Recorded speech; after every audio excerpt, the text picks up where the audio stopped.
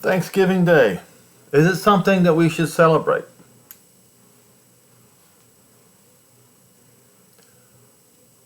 Well, let's look into what they call it. They call it a holiday. Let's look at that word, shall we? Holiday. Definition number one in Merriam-Webster dictionary is what? Holy day.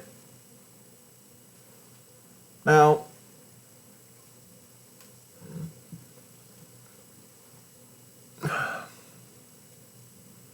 who makes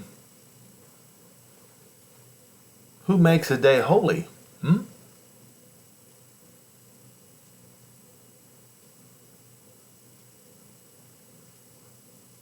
Well, we know that in the Ten Commandments, when Jehovah talked to the children of Israel, not to the Gentiles, but to the children of Israel, when he said, remember the Sabbath day and keep it holy. But who made it holy? He told them to keep it holy. He didn't tell them to make it holy because they couldn't make it holy. He told them to keep it holy. It was Jehovah Elohim of Israel who made the Sabbath holy for the people of Israel.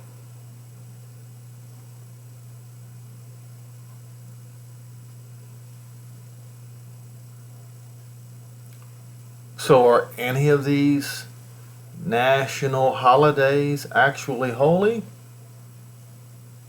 No, they're not. They're not holy. There's nothing holy about them. Especially since this particular day, as well as Christmas and Easter, are in honor to God, G-O-D, who is the idol of the Norsemen and the Gauls. I don't know, maybe I should go into that again. But you can see right here what holiday means. It means holy day. All right? And Thanksgiving is supposed to be being thankful to God. So let's go and look up who God is, shall we? I've done this so many times before, folks, so those of you who've been watching my YouTube videos, please be patient with me. There might be new listeners coming in.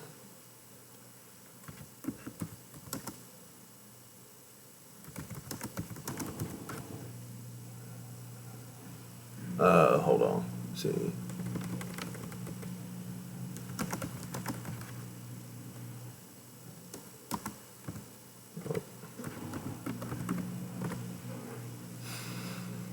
All right, Gott, or God. Those of you who are fluent in German, you know that's what it means. Is an early Germanic name of a Proto-Germanic Gottaz, which represents a mythical ancestor or national god.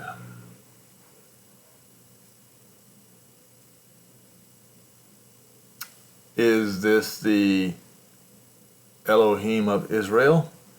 When they say national god, that means no, it is not. It is exclusively of particular nation or nations. Okay?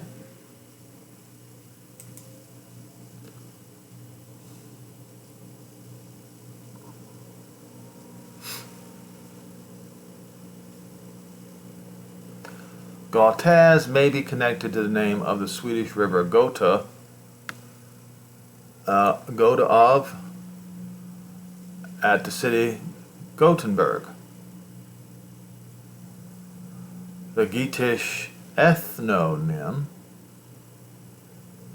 Gautaz is related to the ethnonym of the Goths, which is also connected to Gog and Magog, you see. And the Goots,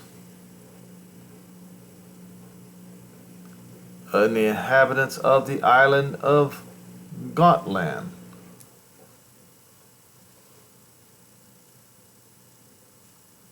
Gotland. Isn't that the land of Gog anyway?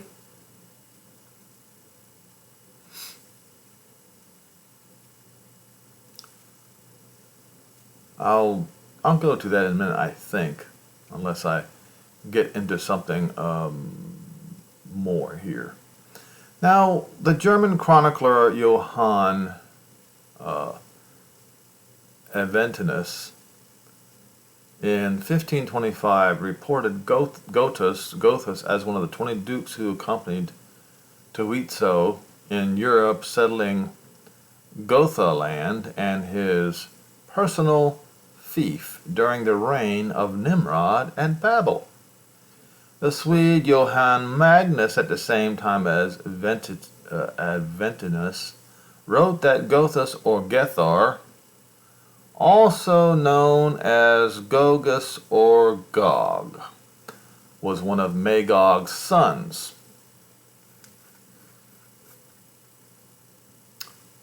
So we can stop right here and we can realize that this god, Got, is the idol, the national idol of Gog and Magog, the invaders of Ezekiel 38 and 39. So let me ask you a question again. Is Thanksgiving really a holy day? Let's dig a little deeper, shall we? And of course, it goes on and on. You can look through this. Right here, Wikipedia, G-A-U-T. Do your homework, folks. All right? What was I going? Oh, Thanksgiving Day.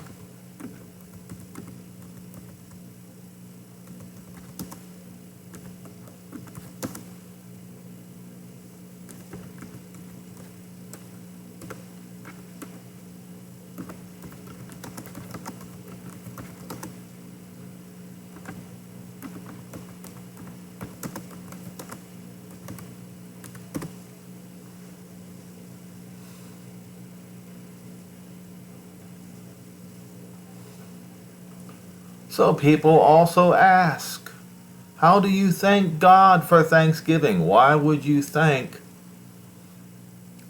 the false deity, a false whatever of Gog and Magog on Thanksgiving Day? Apparently that's what the day is dedicated to. What Thanksgiving does to God. One of the benefits of praising God is bringing Him into your life, and So I guess I wasn't sure what I was going to do with this video today, and it's going to be quite short, by the way, because I've got other things to talk about as well, but this is extremely important. Thanksgiving is dedicated to God. God, the idol of Gog and Magog. So you want to celebrate Thanksgiving Day, do you?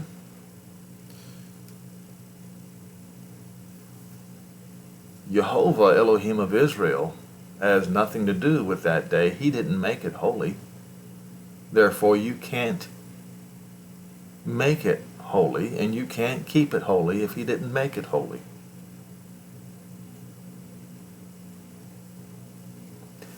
And I want to go even further.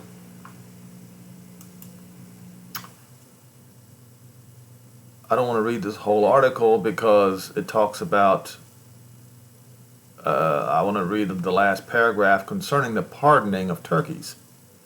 Now, the one thing that really gets my goat, that really gets me hot under the collar about Thanksgiving Day is when the president pardons a turkey, pardons an animal. When there are probably thousands, if not many tens and 20,000s of people in federal prisons that don't belong there, that need to be pardoned.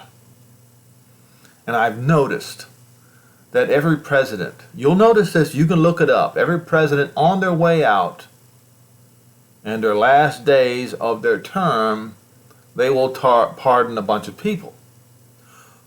Well, my question is why didn't they take the first hours of their presidency to pardon a bunch of people? I mean, after all, let me make this case here. So a president, when he's elected, when he wins an election, first Tuesday in November, okay? And the inauguration day is in January. So we're talking 2 months. Got 2 months to prepare, right? To prepare to take the presidency. So he also has 2 months to find out who in federal prison, and I know that there's a formality, there's a way that they go about it, but they don't have to use that, that parole commission or whatever it is that they use. They don't have to do that. I know that people say that they do have to. No, they don't. No, they don't.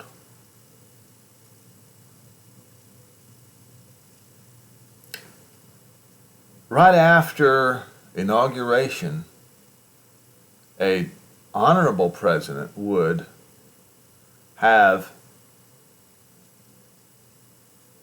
a list of names of those in federal prison to pardon. That should be his first order of business.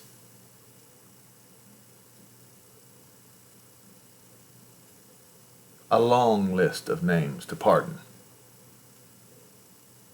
There's plenty of time between election time and inauguration day. After 1981, the practice of sending the presentation turkey to a farm became the norm under President Ronald Reagan. The turkey ceremony also became a source of satire and humor for reporters. The formalities of pardoning a turkey gelled by 1989 when President George H.W. Bush, with animal rights activists picketing nearby, quipped, "But let me assure you, this fine Tom turkey, that he will not end up on anyone's dinner table, not this guy. He's granted a presidential pardon as of right now, and I allow him to live out his days on a children's farm not far from here."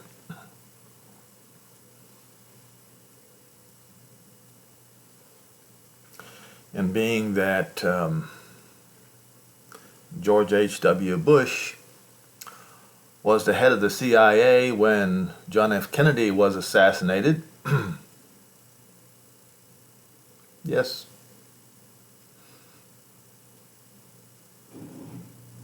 seems that he had his priorities skewed, you see.